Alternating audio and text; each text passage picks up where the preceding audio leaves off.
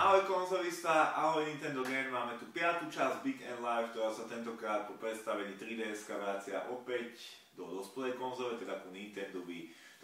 To, čo drží v ruke, není samozrejme médium pre Nintendo Wii. Toto je len taká parafráza na dnešnú časť, keďže kedy tu bola zlatá éra 2D hier, ktoré vládlo Retro Studios Rareware. Exkluzívne pod Nintendo tvorili série, ktoré sú dodnes považované za kultové a jednou z takých sérií bola aj séria Donkey Kong Country Returns. Dokázali na nej vytvoriť 3 regulárne časti. Aktuálne vidíte pred sebou druhú časť Diddy Kong Racing, ktorú teda by ste v mojej zbierke našli a nielen tu. A od nej sa chcem odpichnúť k tej poslednej a to je Donkey Kong Country Returns, ktorá teda neznikla pod Rareware, ani pod Rare Studios, ale pod Retro Studios. Autori série Metroid Prime dostali zelenú od Nintendo, aby prinavrátili zlatý lesk našim vzácnym opiciám v rámci 2D schémy a do 2,5D schémy priniesli regulárne NES pokračovanie koncom minulého roka. Dodnes sa tejto hry predalo cez 5 miliónov kusov a my si teraz pozrieme v našom regulárnom novom pokračovaní, prečo teda tých 5 miliónov a prečo to ľudia kupujú. Weekend Live. Peace.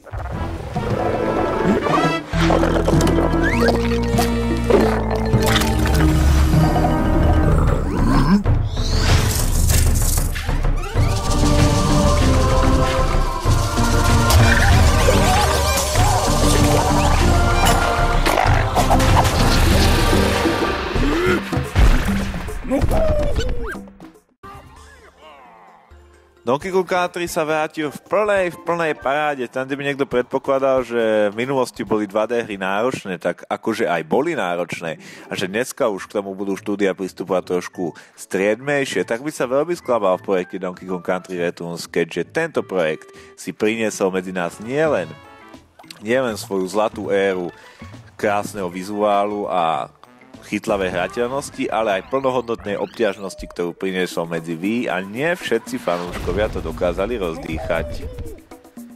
Takže mocný opičiak Donkey Kong, náš veľký hrdina a veľký maskot Nintendo už od čas automatov sa vrátil a s ním aj jeho statočný syn Diddy Kong. Jeho milovaný ostrov je plný nebezpečenstva, začali zmiznúť banány, artefakty a preto sa musíte na niekoľko častí rozdeliť tak, aby ste dokázali prinavrátiť slávu nielen svojmu rodu, ale aj zužovanej krajine.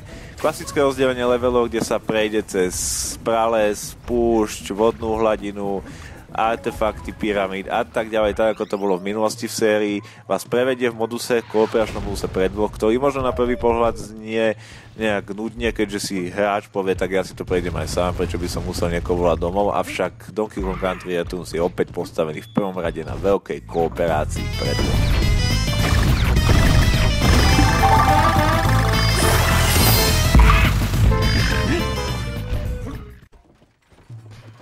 O zvukovú stránku sa tentokrát nestarala trojica David Wise, Evelyn Fisher a Robin Bendland, ako to bolo u starých country častí, ale bolo to pod japonskou produkciou, ktorú si zabezpečilo Retro Studios a myslím si, že sa im naozaj podarilo preniesť ostrovné rytmy aj do Wii prevedenia a to hráč okamžite zacíti, ako započuje prvý tón. Kooperácia medzi DKom a jeho synom je hodne dôležitá. Ak budú hrať dvaja, tak vždy vám jeden môže pomáhať, môže vám vyskočiť na chrbát. Pri nedoskočení vám pomôže, že aktivuje rakety a posunie vás o nejaký milimeter ďalej. Avšak všetko závisí o tom, aká je odozva ovládania. Určite budete súhlasiť s tým, že v 2D hrách, kde je časovanie veľmi podstatné, je veľmi dôležité, aby odozva pohybu bola okamžitá, rýchla a 1:1. To sa bohužiaľ, čo sa týka Donkey Kong Country Returns, nestalo. A je to jedna tá najväčšia výtka, ktorú tejto hre môžem dať, keďže som už prešiel dávno, a to je odozva ovládania. Často budete umierať na tom, že Donkey Kong alebo jeho syn jednoducho nedokážu doskočiť len preto, alebo nedokážu si načasovať presne tak, aby sa vás nedotkol nepriateľ a vy ste nezomreli. Veľká chyba a ak bude niekedy pokračovanie, ktoré Retro Studios vraj avizuje pre projekt Café, tak určite by toto mali vychytať. Dôležitá vec v 2D skákačkách. Už prvé 3 časti Donkey Kong Country série držali hráča pri tom, že chce jednoducho v každej časti, v každom leveli pozbierať všetky banány, nájsť všetky písmenka a dať dokopy celý názov Kong, alebo nájsť všetky pucle časti. Pucle časti sú novinkou v sérii, tie dve predchádzajúce ako mince a banány som vám už spomínal. Nájsť všetky puzzle časti v každom leveli je veľká výzva, keďže sú naozaj krásne, až dá sa povedať patologicky choro poskovávané a preto opakovanie hrateľnosti nastáva v okamžite, ak dojdete level a zistíte, že ja som našiel len 2 časti, tak idem to znova, lebo je to veľká zábava, tak prečo nie? Donkey Kong Country Returns to funguje úžasne a keďže v hre je, dá sa povedať, že viac ako 50 levelov, tak si túto hru budete prechádzať znova a znova a znova, pokiaľ to, ak vás neovlivní frustrácia z nejakého umierania alebo nedoskočenia, ako som už spomínal. Ďalšia obľúbená vec z starších častí Country je opäť aj tu zbieranie mincí a ich následná premena buď na životy alebo na pomocné predmety ako je papagaj, srdiečko alebo väčší doskok. Toto všetko vám predá stará fúsatá opica, váš detko, ktorého nájdete v každom svete zvlášť na svojej vysokej chatrči. A ak prinesiete peniaze, nie je žiadny problém. Predávam všetko a predávam aj, dá sa povedať, že pomocnú hrateľnosť a väčšiu zábavu. Čo by to bolo za znázornenie univerza Donkey Konga, keby sme si na konci každej úrovne nemohli zabojovať s nejakým tým tuhým bossom. A slovo tuhý opäť zdôrazňujem, keďže závažnosť prejdenia Donkey Kong Country Returns nie je pre žiadnych nováčikov a ten, kto sa nezmierí s tým, že obrovské časovanie ešte tým ovplyvňované zlým nepresným ovládaním vás bude nútiť umierať a vy to budete musieť skúšať a skúšať, tak asi možno na chuť tejto hre nepríde. Každopádne technická stránka bossov akurát celej hry, okolia efektov, 2,5D efektov, kde vás hra prehadzuje dopredu, dozadu je naozaj úžasná. Myslím si, že Retro Studios odvedlo v rámci železa hardwareu Nintendový kus práce, za ktorý môžem osobne otvorene zatlieskať a teším sa už na ich ďalšie nápady, ktoré nám prinesú s ďalšou generáciou Nintendo platformiem.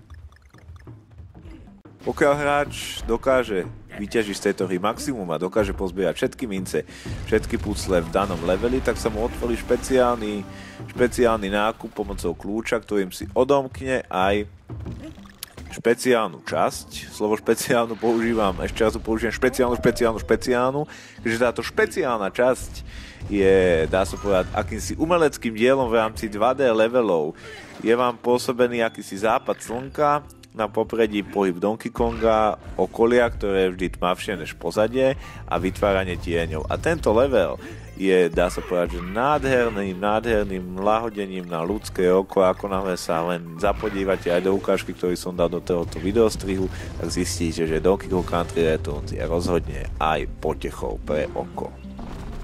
Hru odporúčam každému nadšencovi 2D hier, ktorý si chce dneska odpočuť od klasických 3D strieľačiek. Jedná sa od Klenot projektu pre Nintendo Wii a je to rozhodne pokračovanie tradície samotnej opice, ktorá si dokáže zarajtovať aj na známom nosorožci alebo zaplávať na mečúrňovi pod vodou a na iných zvieratách. Ďakujem za pozornosť. Big and Live, 5. časť sa lúči, uvidíme sa opäť za 14 dní s nejakým iným projektom, či už u Wii alebo u 3DS. A psi sa lúči, peace, čau.